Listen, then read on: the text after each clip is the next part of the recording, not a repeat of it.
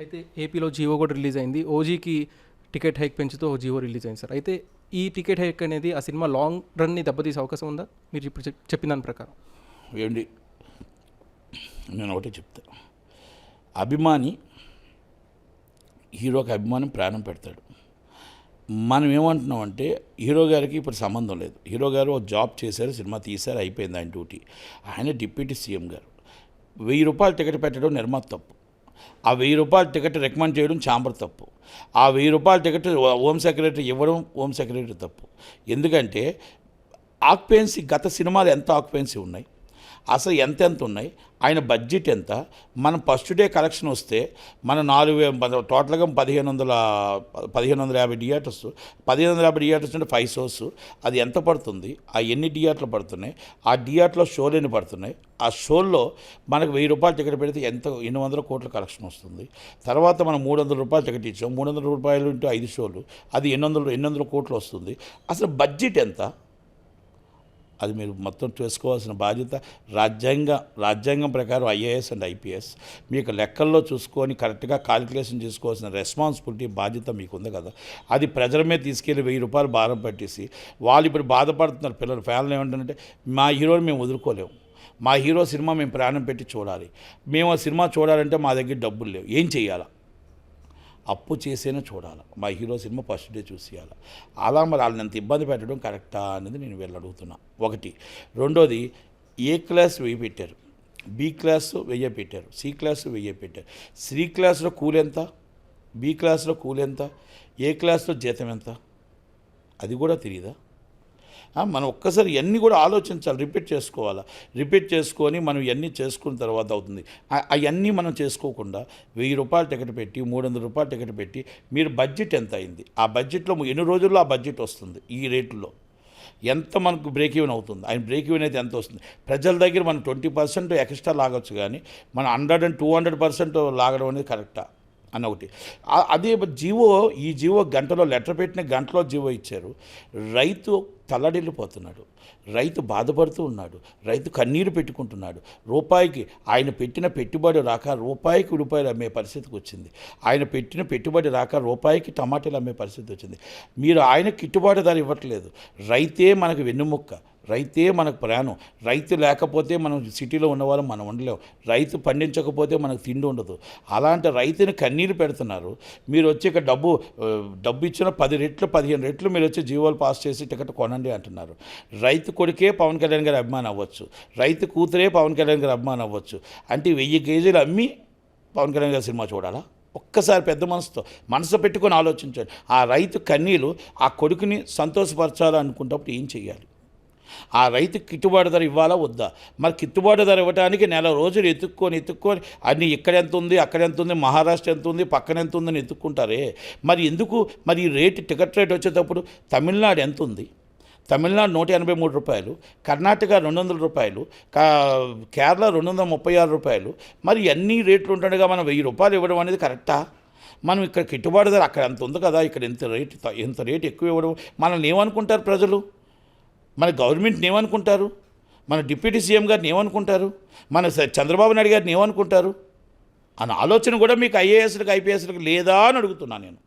అయితే దాంట్లో ఇప్పుడు మన గిట్టుబాటు ధర మీరు ఇక్కడ ఇచ్చారు కదా, పక్క రాష్ట్రాలు చూశారు కదా, మరి ఆ రైతుకి ఎందుకు మీరు గిట్టుబాటు ధర ఇమ్మీడియట్లీ జీవో పాస్ చేయరు? వాళ్ళు కుళ్ళిపోయి పాడైపోయి రోడ్డు మీద పెట్టుకున్న దాకా మీరు రైతుని మీరు పట్టించుకోకపోయిన పరిస్థితుల్లో మీరు ఉంటే మరి ఆ రైతుకు సినిమా కంటే రైతు గొప్పవాడా, సినిమా గొప్పదా? నేను రైతే గొప్పవాడంట. రైతు కన్నీరు పెట్టకూడదు, రైతు నవ్వుతూ బతకాలి. రైతు నవ్వుతూ బతికితే మళ్ళాట వాళ్ళందరూ హ్యాపీగా ఉంటాం. అలాగే నిర్మాత బాగుండాలి. నిర్మాతకు బ్రేక్ ఈవెన్ అవ్వాలంటే ఎంత ఉండాలో మీరు ఆలోచించాలి. 1000 రూపాయల టికెట్లు పెట్టి మీరు ప్రజలను మీరు ఆ ఇబ్బంది పెట్టడం అనేది కరెక్ట్ కాదు. అభిమానులను బాధ పెట్టడం అనేది కరెక్ట్ కాదు. నేను చెప్తున్నాను, ఏ క్లాసులో 500 రూపాయలు పెట్టి, బి క్లాసులో బి క్లాస్ సి క్లాస్ 300 రూపాయలు పెట్టి 200 రూపాయలు రెగ్యులర్ టికెట్ పెడితే 30 రోజులు సినిమా చూస్తారు. రిపీట్ ఆడియన్స్ చూస్తారు. ఒక్క షోకే చూస్తే సరిపోతుందంటే 3 రోజుల్లోనే అయిపోతుంది. దయచేసి ఈ మధ్యకాలంలో ఉన్న సినిమాలన్నీ 3 రోజుల తర్వాత పెద్ద సినిమాలు ఏది 4 రోజులు డెఫిసిట్లే వచ్చాయి. మన జీవోలు ఇది ఇన్వాయిస్లు చెప్తున్నాయి కదా, ఇది వాస్తవం కదా. మనం ఆడియన్స్ మొత్తం టోటల్గా ఫస్ట్ డే 1,00,000 మంది ఉంటే, సెకండ్ డే నాడు మొత్తం 35,000 మంది ఉంటే, సెకండ్ డే నాడు 70,000 మంది ఉంటే, థర్డ్ డే నాడు 20,000 మందికి వచ్చేసారు. అంటే ఉదాహరణకు చెప్తున్నాను ఇవన్నీ, ఉదాహరణకి. అంటే నేను ఈ లెక్కలు అనేది ఇది కరెక్ట్ అని కాదు, ఒక ఉదాహరణకు చెప్తున్నా ఒక్కొక్క సినిమాకి. మరి అలాంటప్పుడు మనం అంత ఆడియన్స్ దూరం చేసుకోవడం కరెక్టా?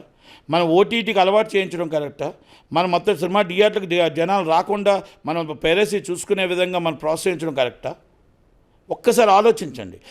మీరు మేధావులు, మీరు ఆ రాజ్యాంగాన్ని చదివారు, మీరు ఐఏఎస్లు, మీరు ఐపీఎస్లు, మీరు ఇలాంటివన్నీ చూసి నోట్ ఫైల్ రాయాలి. గతంలో నేను చూశాను, చిన్నప్పుడు నేను పొలిటికల్లో ఉన్నాను, చిన్నప్పటి నుంచి చూశాను. రాజశేఖర రెడ్డి గారిని చూసా, చంద్రబాబు నాయుడు గారిని చూసా. రాజశేఖర రెడ్డి గారు, చంద్రబాబు నాయుడు గారు, అప్పుడున్న ఐపీఎస్లు కానీ ఐఏఎస్లు కానీ ఎంతోమంది పెద్ద పెద్ద మహానుభావులు ఉన్నారు. వాళ్ళందరూ సార్ ఇది సాధ్యం కాదు, నోట్ ఫైల్డ్, సో ఇది అవే అవకాశాలు లేవు అంటే, అప్పుడు దాన్ని మళ్ళా పొలిటికల్ లీడర్స్ మళ్ళీ ఏ విధంగా చేయాలి, ఎలా చేయాలి, కొన్ని అవకాశాలు ఉంటే చేయడం అనేది ఆలోచన చేశారు. ఇప్పుడు ఉన్న వాళ్ళు ఎంత మన పొలిటికల్ లీడర్స్ చెప్పింది చేస్తున్నారే తప్ప వాళ్ళ ఆలోచన మీరు చేయట్లేదు అని అడుగుతున్నాం. మీరు ఆలోచించేటట్టు అయితే రైతుకి గిట్టుబాటు ధర ఇస్తారు. మీరు ఆలోచించేటట్టు అయితే మీరు 500 రూపాయల టికెటే ఇస్తారు. మీరు ఆలోచించేటట్టు అయితే 200 రూపాయల టికెటే ఇస్తారు. మీరు ఆలోచించేటట్టు అయితే మీరు సీఎం గారికి వెళ్ళి చెప్తారు, ఏమండి ఇది ఇంత రేటు పెట్టడం అనేది కరెక్ట్ కాదండి, ఇంత రేటు పెడితే మీకు 200 కోట్లు వస్తుంది, ఇంత రేటు పెడితే మీకు 1,000 కోట్లు వస్తుంది, ఇంత రేటు పెడితే ఇంతమంది ఆక్యుపెన్సీ ఉంది, ఇంత ఆక్యుపెన్సీ అంటే 100 కోట్లు వస్తుంది, 1,000 కోట్లు వస్తుంది, ఈ బడ్జెట్ అనేది ఇంత బడ్జెట్, ఒక బడ్జెట్ పెట్టిన బడ్జెట్కి 10 రెట్లు వస్తుందండి అని చెప్పాలి. అంటే మనం ఆక్యుపెన్సీ ప్రకారం ఫుల్ అయితే 10 రెట్లు వస్తుంది. ఆ 10 రెట్లు ఆయనకి ఇచ్చే బదులు మనం లాభం కావాలి, ఆయన పెట్టుబడికి లాభం కావాలి, కానీ 10 రెట్లు లాభం కాదు. ప్రజలు చూసి లాభం కావాలి. ఒక్క రోజులో చూసి లాభం కాదు, 2 రోజుల్లో చూసి లాభం కాదు. ప్రజలు లక్షల మంది చూడాలా, రిపీట్ ఆడియన్స్ రావాలా, సినిమాని ఆదరించాలా. కనుక దయచేసి ఏ సినిమా అయినా ప్రజలకు అందుబాటులో ఉంచండి. ప్రజలు 10 రిపీట్ ఆడియన్స్ వచ్చే విధంగా ఉంచండి. అభిమానుల్ని మనం ఆ అభిమానాన్ని మనం క్యాష్ చేసుకోవద్దు, అభిమానాన్ని క్యాష్ చేసుకోవద్దు. నిర్మాత తప్పు, తర్వాత ఛాంబర్ తప్పు, హోమ్ సెక్రటరీ తప్పు. ఇది పొలిటికల్ లీడర్స్ కాదు. హోమ్ సెక్రటరీ నుంచి పొలిటికల్ లీడర్స్కి వెళ్ళదు ఏమీ. నోట్ ఫైల్ అని ఉంటుంది, ఆటోమేటిక్గా సిగ్నేచర్ అయిపోతుంది అంతే తప్ప ఇది హోమ్ సెక్రటరీ, హోమ్ డిపార్ట్మెంట్ తప్పు చేసింది. అలాగే నిర్మాత 10,000 పెడతాడు, టికెట్ ఇచ్చేస్తామా?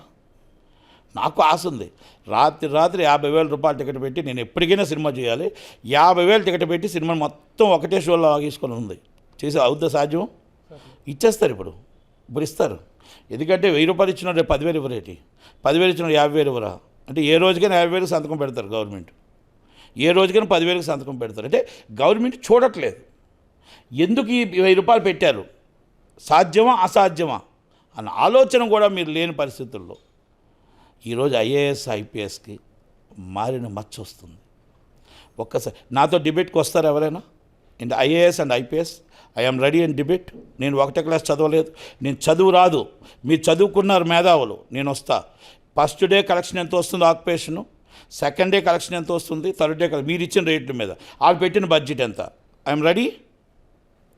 మీరు గతంలో పెట్టిన సినిమాల ఆక్యుపేషను మీకు ఆల్రెడీ 100% 700 రూపాయలు. మనం పుష్ప కానీ ఇవన్నీ ఏ క్లాసుల్లో ఆక్యుపేషన్ 100%, బి క్లాస్లో 30%, సి క్లాస్లో 10 to 20%. ఇది నేను వేగ్గా చెప్పట్లేదు. ఇన్వాయిస్లు తీసుకొని చూడండి, లేదంటే ఇన్వాయిస్లు నేనే పంపిస్తా. ఈజ్ రియల్ ఇన్వాయిస్లు ఉంటున్నాయి. మరి అలాంటప్పుడు ఎందుకు ఈ ఆక్యుపేషన్ 20% వచ్చింది? హీరోకి ఇంత ఇమేజ్ ఉంది కదా, అందరు హీరోలు పెద్ద హీరోలకి ఇమేజ్ ఉంది కదా, మరి 10 to 20% ఎందుకు ఆక్యుపెన్సీ, 30% ఎందుకు ఆక్యుపెన్సీ వచ్చింది? 100% ఆక్యుపెన్సీ అంటే సిటీలో చూస్తారు. అంటే ఇక్కడ రేటు ఎక్కువగా ఉంది, అంటే తక్కువ చేసుకోవాలి రేటు కదా. మరి అంతా ఒకటే రేటు పెడితే మరి మెట్రోపాలిటన్ మీరే అంటారు, మరి పంచాయతీ అని మీరే అంటారు, మున్సిపాలిటీ అని అంటారు. పంచాయతీకి 1000, మెట్రోపాలిటన్కి 1000, మీరు మున్సిపాలిటీకి 1000. ఇది ఎక్కడ న్యాయం అండి? కనుక ఇవన్నీ కూడా గవర్నమెంట్ తెలుసుకోగలగాలి, చంద్రబాబు నాయుడు గారు తెలుసుకోగలగాలి, పవన్ కళ్యాణ్ గారు తెలుసుకోగలగాలి, లోకేష్ గారు తెలుసుకోగలగాలి, దుర్గేష్ గారు తెలుసుకోగలగాలి, హోమ్ సెక్రటరీ గారు తెలుసుకోగలగాలి. దయచేసి ప్రజల్ని ఇబ్బందికర పరిస్థితి చేయకూడదు. సార్ దీనిపై కొంతమంది సానుభూతి పరులు ఏమంటున్నారంటే మార్కెట్లోకి ఒక ప్రోడక్ట్ని తీసుకొచ్చినప్పుడు ఆ ప్రోడక్ట్కి ఎంత ధర నిర్ణయించాలనేది దాన్ని తయారు చేసిన వాళ్ళకి ఆ హక్కు ఉంటుంది కదా. సో దాని ప్రకారమే ఆ రేట్ అనేది నిర్ణయించడం జరుగుతుందని చెప్పి కొంతమంది సానుభూతి పరులు కావచ్చు, క్రిటిక్స్ కూడా సోషల్ మీడియాలో వాళ్ళ అభిప్రాయం వ్యక్తం చేస్తున్నారు. దీనివల్ల తప్పులేదు, నేను అదే చెప్తున్నా. అందుకే ఇందాక మీకు ఇంత కూడా వివరించింది. ఎందుకంటే ఇప్పుడు మీరు పెట్టిన రేటుకి ఆక్యుపెన్సీ ఎంత, ఆయన బడ్జెట్ ఎంత, ఆయన బడ్జెట్ ఛాంబర్కి వివరించాలి. ఇంత బడ్జెట్లో నేను సినిమా తీశాను, ఈ బడ్జెట్లో నాకు ఇంత అయింది కాబట్టి దయచేసి నాకు ఇంత రేట్ ఇస్తే నాకు వర్కౌట్ అవుతుంది. లాభం నష్టం 20% భరించగలుగుతారు. 20% లాభంలో వెళ్ళాలి. ఇంకా బాగా సూపర్ హిట్ అయితే అది 100%కి వెళ్తారు. తర్వాత విషయం, first is break even 20% excess. కానీ 100కి ఒక ప్రోడక్ట్కి మనం 100 రూపాయలు వస్తువు కొంటే 100 రూపాయలకి 1000 లాభం వేసుకోరు. ఎక్కడక్కడ 1000 లాభం వేసుకొని కొంటారు, 100 రూపాయలకి 120 రూపాయలు వేసుకుంటారు. ఎందుకంటే అక్కడ ఆ ప్రోడక్ట్ చేసేవాడు నష్టపోకూడదు కాబట్టి. అందుకే నేను అంటున్నాను, ప్రోడక్ట్ చేసేవాడు నష్టపోకూడదు. ఆ ప్రోడక్ట్ ఎంత చేశారు అందరికీ తెలుసు. ఆ ప్రోడక్ట్ని మనం అమ్మటానికి ఎంతకి వెళ్ళాలి, 120 రూపాయలకి వెళ్ళాలి. ఇప్పుడు ఈ 1000 రూపాయలు, ఈ 300 రూపాయల టికెట్ వల్ల ఎన్ని వందల కోట్లు వస్తుంది ఫస్ట్ డే. మళ్ళీ తర్వాత సెకండ్ డే ఎన్ని వందల కోట్లు వస్తుంది, థర్డ్ డే ఎన్ని వందల కోట్లు వస్తుంది. నువ్వు 3 రోజుల కోసం సినిమా తీసావా, ఒక్క రోజు కోసం సినిమా తీసావా, 30 రోజుల కోసం సినిమా తీసావా. ఆడియన్స్ ఫస్ట్ డే నీకు ఎంత కెపాసిటీ కావాలి, సెకండ్ డే ఎంత కెపాసిటీ కావాలి, థర్డ్ డే ఎంత కెపాసిటీ కావాలి, నీ బ్రేక్ ఈవెన్ ఎప్పుడు అవుతుంది. వాళ్ళు అడుగుతున్న సానుభూతి పౌరులకి నేనే అదే చెప్తున్నా. మీకు ఆ రేటు 500 రూపాయలు పెడితే, మీకు 200 రూపాయలు టికెట్ పెడితే, first day second day third day is a break even is producer.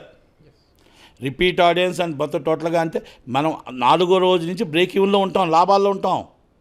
మీరు 1000 రూపాయలు పెడితే జనాలు మొత్తం టోటల్గా థియేటర్లు కానీ ఇక్కడ 406 స్క్రీన్స్, అక్కడ 1516, అంటే మొత్తం టోటల్గా 2000 స్క్రీన్స్ వేసుకుందాం ఉదాహరణకి. 2000 ఇంటూ 5 షోస్ అంటే 10,000. 10,000 స్క్రీన్స్ ఇంటూ 1000 రూపాయలు ఎంత వస్తుంది లెక్కెట్టండి. 10,000 స్క్రీన్స్కి 1000 రూపాయలు చొప్పున ఒక షో. తర్వాత 4 షోలు 300 రూపీస్ టికెట్, 10,000 షోస్. మరి అక్కడ ఎన్ని ఎంత వస్తుంది. అక్కడి నుంచి మనం టోటల్గా 3 డేస్ లెక్కేసుకుంటే, 3 డేస్ మన సినిమా హీరోది ఫుల్ అవుతుందని కదా మనం లెక్కేసుకుంటాం, పెద్ద హీరో కదా. అవుతున్నప్పుడు మన 3 డేస్కి ఆక్యుపెన్సీ ఎంత వస్తుంది, ఎన్ని వందల కోట్లు వస్తుంది. మరి ఆయన పెట్టిన బడ్జెట్ ఎంత, ఆ బడ్జెట్లో 20% ప్రాఫిట్ పెట్టుకోవాలా, 100% ప్రాఫిట్ పెట్టుకోవాలా. అక్కడ ఆటోమేటిక్గా సగటు ప్రేక్షకుడు ఏం చేస్తున్నాడు, 1000 రూపాయల టికెట్ ఎప్పుడైతే తీసుకున్నాడో రెండోసారి రిపీట్ ఆడియన్స్ ఇంక సినిమా తీయడానికి ఉండదు. అక్కడ అభిమానులు ఏం చేస్తారు, పాపం చిన్న వాళ్ళు లేని వాళ్ళకి అందరికీ కూడా ఒక 20 మంది 30 టికెట్లు, 20 టికెట్లు, 30 టికెట్లు ఫ్యాన్స్ కదా తీసుకొని అందరికీ పంచుతారు సరదాగా. ఎందుకంటే ఒక థియేటర్ ఓనర్గా నాకు తెలుసుగా. మరి ఇప్పుడు ఒక టికెట్ అంటే 2 టికెట్లు అంటే తీయగలరు. ఇప్పుడు 1000 రూపాయలు పెట్టి 20-30 టికెట్లు తీసి ఎలా పంచగలుగుతారు. ఇవన్నీ మనం అర్థం చేసుకోవాలి. అంటే ఇప్పుడు గ్రౌండ్ రియాలిటీ అర్థం చేసుకోవాలి. గ్రౌండ్ రియాలిటీ అర్థం చేసుకొని సినిమాని మనం ఏ విధంగా చేయాలో నిర్మాతకు ఆశ ఉంటుంది. మనం ఛాంబర్ చెక్ చేసుకోవాలా, హోమ్ సెక్రటరీ చెక్ చేసుకోవాలి, మీ బడ్జెట్ ఎంత. ఈ విషయంలో ఒక మాట మనం మాట్లాడవచ్చు. జగన్మోహన్ రెడ్డి గారు ఒక పద్ధతి తీసుకొచ్చాడు, అది మంచి పద్ధతి. ఓకే, 5 రూపాయలు తీసుకొచ్చింది తప్పు, 35 రూపాయలు తీసుకొచ్చింది తప్పు. చిరంజీవి గారు అలా వెళ్ళి కూర్చొని మాట్లాడి తీసుకొచ్చిన తర్వాత జిఎస్టీది 100 కోట్లు దాటిన వాటికి రేట్లు ఎక్కువ, 100 కోట్లు దాటిన 100 రూపాయలు 50 రూపాయలు ఇస్తాం, తర్వాత 100 రూపాయలు పెంచుతూ ఉన్నారు. 235 రూపాయలు దాటి RRRకి పెంచలేదు. ఇదే దాని గారు దానికి విశాఖపట్నం అనేసి ఈ ఊర్లో 30 కోట్లు చేసింది. 100 రూపాయలు 100 రూపాయలు పెంచితే అంటే ఇప్పుడు ఎంత చేయాలి, 1000 రూపాయలు చెప్పిన ఎంత చేయాలి. ఇది చేసి మీరు ఎంత ఇచ్చారు, మీరు ఎంతలో సినిమా తీసారు, 100 కోట్లు దాటిన సినిమాకే మీకు రేటు పెంచుతాను అన్నాడు. మరి అదే RRR 100 రూపాయలు పెంచాడు, 125 రూపాయలు పెంచాడు. పెంచితే దాంట్లో విశాఖపట్నం 30 కోట్లు చేసింది. మరి దాన్ని బట్టి ఇప్పుడు 1000 రూపాయలు అంటే విశాఖపట్నం ఎన్ని వందల కోట్లు చేస్తుంది. అంటే ఏంటి, ఎక్కడికి వెళ్ళిపోతుంది. ఇవన్నీ నేను ఎందుకంటున్నానంటే RRR అనే సినిమా ఎంత బడ్జెట్, ఈ బడ్జెట్ ఎంత, ఇవన్నీ చూసుకోవాల్సిన బాధ్యత ఉంది. అందుకే నేను అంటున్నాను, మనం ప్రోడక్ట్ అమ్మేవాడికి, ప్రోడక్ట్ చేసేవాడికి తెలుస్తుంది, చేసేవాడు ఎంత పర్సంటేజ్ చేసుకోవాలో తెలియాలి. అందుకే ఆక్యుపెన్సీ మీకు చెప్పాను. ఈ ఆక్యుపెన్సీ ఎంత వస్తుంది, ఎంత ఉన్నది అని ఉదాహరణకు నేను అన్నీ చెప్పాను. దాంట్లో ఒక 10%, 5% నేను నాది కరెక్ట్ కాకపోవచ్చు, కానీ 90% ఇస్ కరెక్ట్. అందుకే నేను చెప్తున్నా. మళ్ళీ అలాగే ఇప్పుడు బాలకృష్ణ గారిని తీసుకోవాలి. అఖండ, నాకు నీ రేటు వద్దు, నా రేటు నాకు నా అభిమానులకు నా రేటే కావాలి, 100 రూపాయలే చాలు, చూస్తారు నా అభిమానులు వాళ్ళు చాలు అన్నాడు. Repeat audience and 50 days, repeat audience and 50 days, ఒక్కొక్కరు 6 times and 5 times and 7 times. కనివిని ఎరగని కలెక్షన్స్. రేట్లు పెంచలేదు. 50 రోజులు కూడా కలెక్షన్ మీద సినిమా ఎందుకు తీసామో తెలుసండి? అక్కడ పండక్కి థియేటర్ల ఖాళీ లేక అఖండ సినిమా తీయాల్సి వచ్చింది. అయిపోయిందా? అలాగే ఇప్పుడు మిరాయి రేట్లు పెంచామా? అలాగే మీకు లిటిల్ ఆర్ట్స్ రేట్లు పెంచామా? కొత్తలో రేట్లు పెంచామా? రేట్లు పెంచిన సినిమాకి ఆదరణ చూపిస్తూ ఉన్నారు. రేట్లు పెంచిన సినిమాకి ఈ పరిస్థితుల్లో ఉన్నాయి. ఒక్కసారి పెద్ద హీరోలు అందరూ పొలిటికల్ లీడర్స్ మీరు అందరూ ఆలోచించండి, పెద్ద మనసుతో ఆలోచించండి. రైతు రోడ్డు మీద కూర్చుంటే మనం జీవో పాస్ చేయలేకపోతున్నాం. ఒక సినిమా తీస్తే అంటే మనం హై క్లాస్ సొసైటీ అంతే. ఆయన డబ్బు పెట్టుబడి పెట్టాడు, పెట్టుబడి నష్టం రావద్దు. కానీ 100 రెట్లు లాభానికి మీరు జీవో ఇవ్వడం ఎంత దాకా కరెక్ట్? అది కరెక్టా అని అడుగుతున్నాను నేను. ఆ బడ్జెట్ ఎంత అది కూడా చూడలేదు. ఆయన తీసిన సినిమా ఎంత, మీరు వచ్చి ఫస్ట్ డే కలెక్షన్ ఎంత, 1000 రూపాయలు టికెట్ వేస్తే మీకు 10,000 స్క్రీన్లు పడితే ఎంత వస్తుంది? స్క్రీనింగ్ అంటే 10,000 స్క్రీన్స్ అంటే తెలంగాణ, నేను 2 కలిపి చెప్తున్నాను మీకు. ఇంకా తెలంగాణ అక్కడ ఇచ్చారంటే ఇక్కడ ఇస్తారు. ఇక్కడ మీరు కర్ణాటకని ఎందుకు చూసుకోవట్లేదు? 200 రూపాయలు కర్ణాటక, మీ సేమ్ గవర్నమెంట్ అది. అక్కడ మీరు ఎందుకు చూసుకోవట్లేదు? ఎక్కడ మీరు తమిళనాడు ఎందుకు చూసుకోవట్లేదు? 183 రూపాయలు. మీరు మా కేరళ ఎందుకు చూసుకోవట్లేదు? 236 రూపాయలు. మనం అలా అందరి మీద మనం ఏం గొప్పగా చేస్తున్నాం అని చెప్పి ఇంత రేట్లు ఇస్తున్నాం. ప్రజలు ఎక్కడ ఏ తప్పు చేశారని చెప్పి ప్రజల మీద అంత భారం వేస్తున్నాం. ఒక్కసారి పెద్ద మనసుతో అందరూ ఆలోచించుకుని, గవర్నమెంట్ కూడా ఆలోచించి, పవన్ కళ్యాణ్ గారు ఇప్పుడైనా ఆలోచించి 500 రూపాయలు పెట్టించండి. నేను నిర్మాత గారిని రిక్వెస్ట్ చేస్తున్నాను. 500 పెట్టండి, బీ క్లాస్ 300 రూపాయలు పెట్టండి, రెగ్యులర్ టికెట్ 200 రూపాయలు పెట్టండి, నిలబెట్టండి. మీకు బ్రేక్ ఈవెన్ 3 రోజుల్లో అవుతుంది. మీకు బ్రేక్ ఈవెన్ అవ్వట్లేదు, ఎలాగుందో చెప్తే ఎవరైనా డెబెట్కి వస్తే నేను రెడీగా చెప్తా, మీకు అక్షరాలతో సైతం వేసి మీకు ఇస్తా. నేను తప్పు మాట్లాడితే ఏ శిక్షకని ready. Thank you very much. Thank you.